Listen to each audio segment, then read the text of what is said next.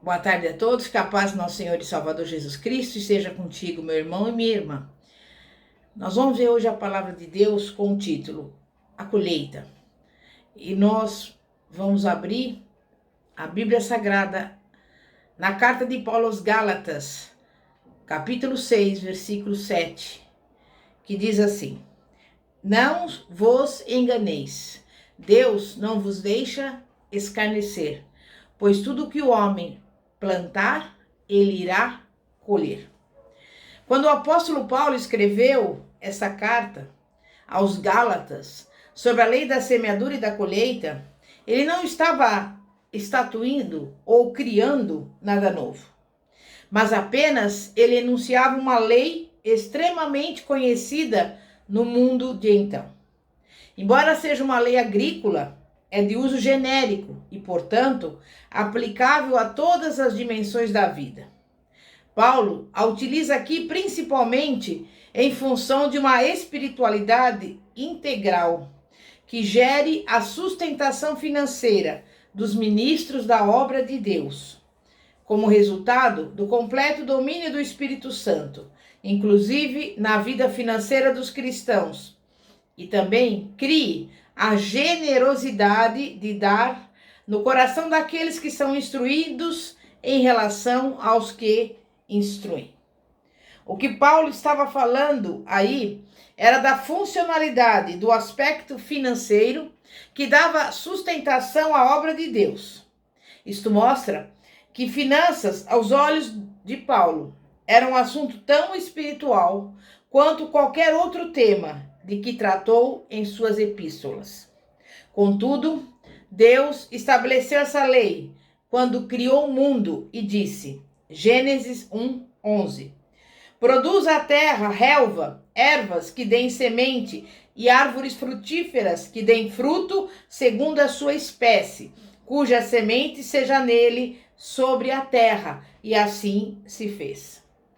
Após o dilúvio, Deus relembra a validade dessa lei quando a declara: enquanto durar a terra, não deixará de haver sementeira e ceifa.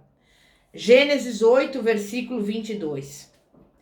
Por isso, eu digo a você, a lei da semeadura e da colheita e os princípios que a regem estão por toda a Bíblia Sagrada.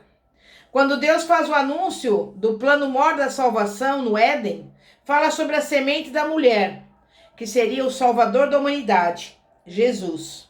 A semente espiritual que daria frutos segundo a sua espécie, o homem celestial. De modo semelhante, Jesus plantou a sua própria vida e espera uma colheita de almas. É o que se depreende na comparação entre o que o profeta Isaías disse no capítulo 53, primeira parte do versículo 11, que diz: Ele verá o fruto do penoso trabalho de sua alma e ficará satisfeito. Com aquilo que Jesus afirmou a respeito da sua própria morte. João 12, 24, que diz: Se o grão de trigo caindo na terra não morrer, fica ele só, mas se morrer, produz muito fruto. Foi essa semeadura espiritual que gerou a igreja. A igreja existe por causa da semente da fé, que teve em Abraão a sua expressão primeira, o que nos deu o status de filhos da fé. Dizer que toda a verdade é paralela representa que uma verdade tem correspondência ou simetria com uma outra verdade, de um modo que a torna tão somente comparável, mas utilizável em um outro plano. Isso quer dizer que toda verdade que é aplicada a coisas espirituais tem também a sua aplicação nas coisas meramente naturais. Em sentido inverso, verdades fundamentais do mundo natural têm igualmente a sua aplicação no mundo espiritual.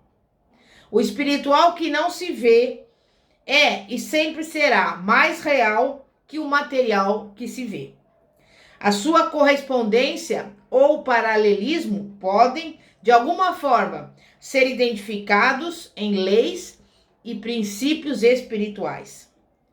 Nas suas parábolas, Jesus repetidamente fazia uso de comparações extraídas do mundo agrícola, do mundo da sua época, para falar sobre verdades fundamentais do reino de Deus.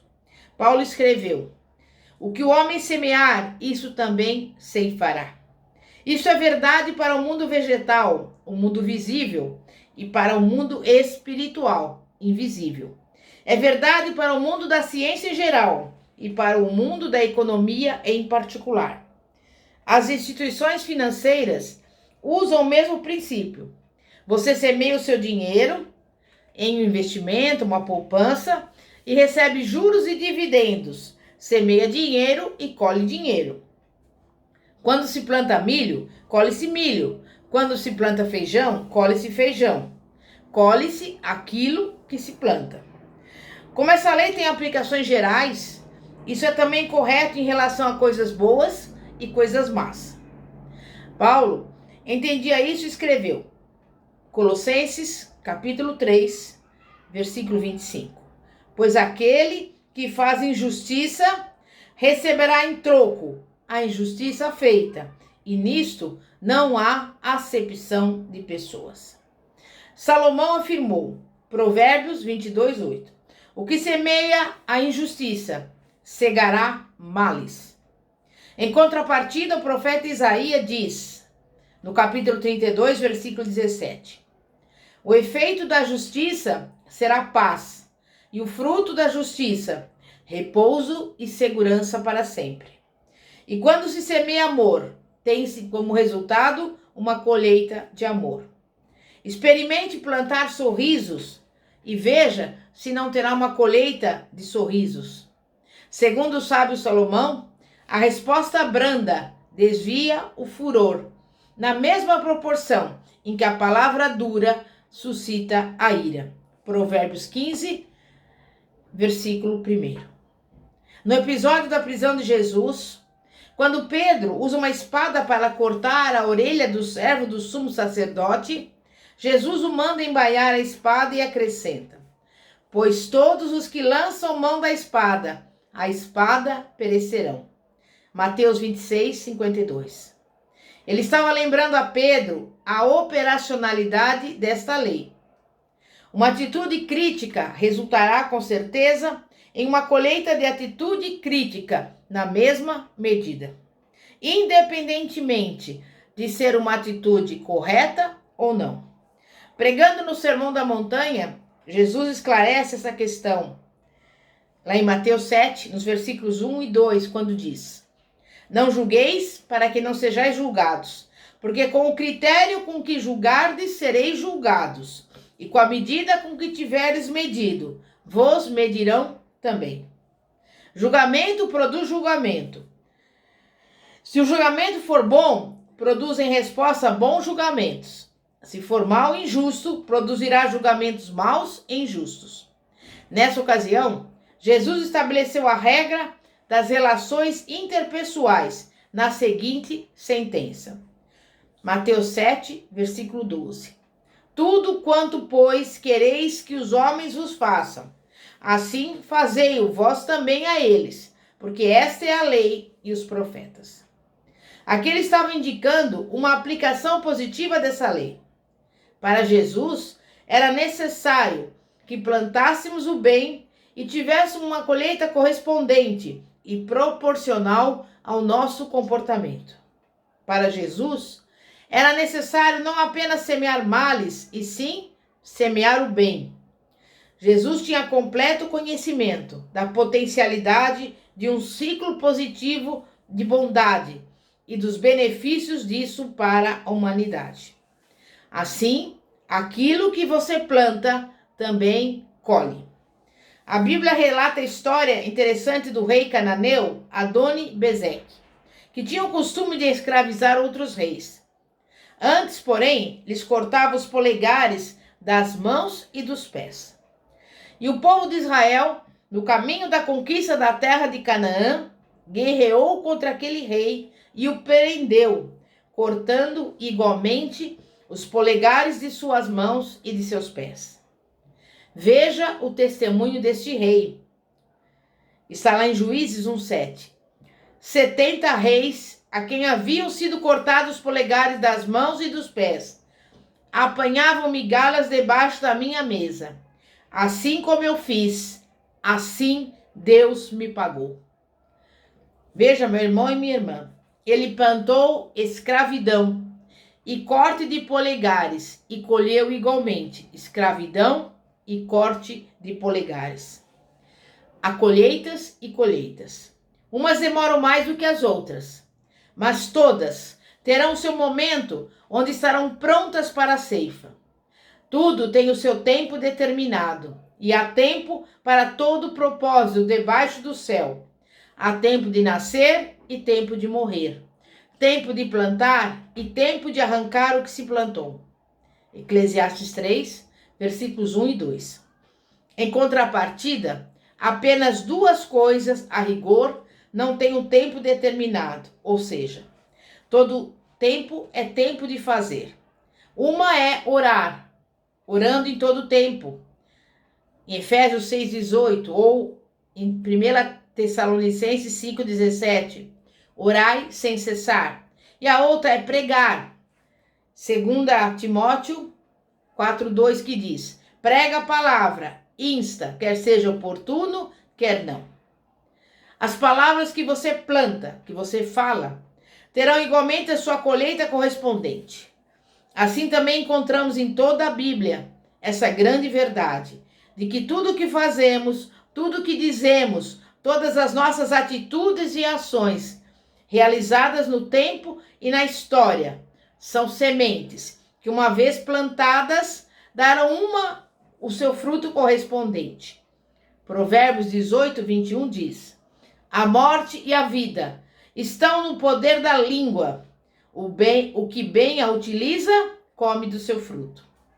Por isso, eu digo a você que está aí sofrendo, Deus quer dar uma grande colheita, uma colheita com toda a sorte de bênçãos que o Senhor já preparou nas regiões celestiais. A graça e a misericórdia divina, por meio da fé, vai nos habilitar a receber as bênçãos de que precisamos. O amor de Deus sempre o moverá ao encontro das nossas necessidades. Isso faz de Deus alguém sempre disponível para ajudar. No entanto, será sempre necessário que aquele que dele se aproxima exerça a fé simples de quem espera receber algo. Lembre-se, a fé, para ser fé, sempre esperará receber algo da parte de Deus. O próprio Deus nos indicou na palavra o caminho para sermos abençoados. Portanto, cabe a nós centrarmos a nossa atenção na palavra e nos regermos por ela as nossas atitudes e as nossas ações.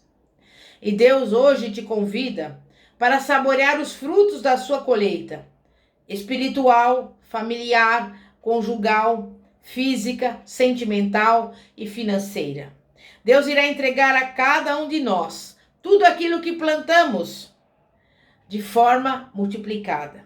Cada colheita é um milagre de Deus. Assim como Deus opera milagrosamente o crescimento no mundo natural, Ele assim o faz também no mundo financeiro, na saúde e na família. Deus é o agente abençoador de toda a nossa colheita.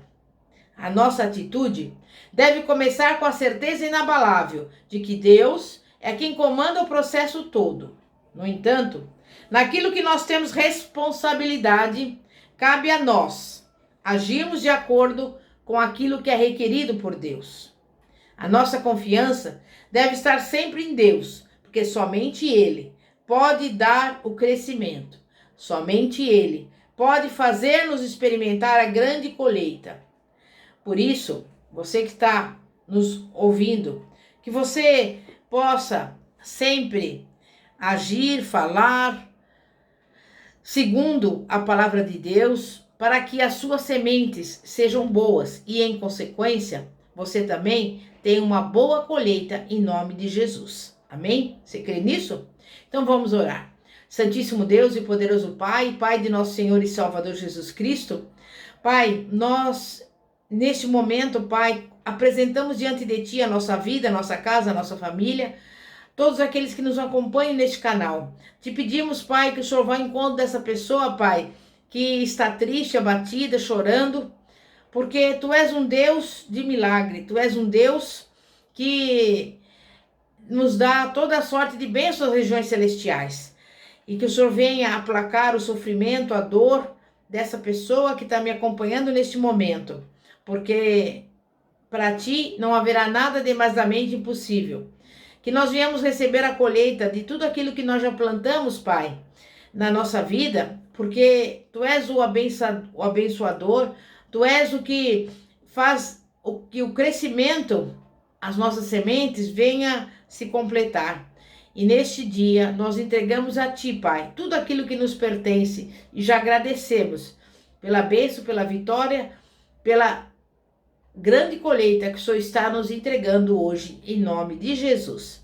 Amém e graças a Deus.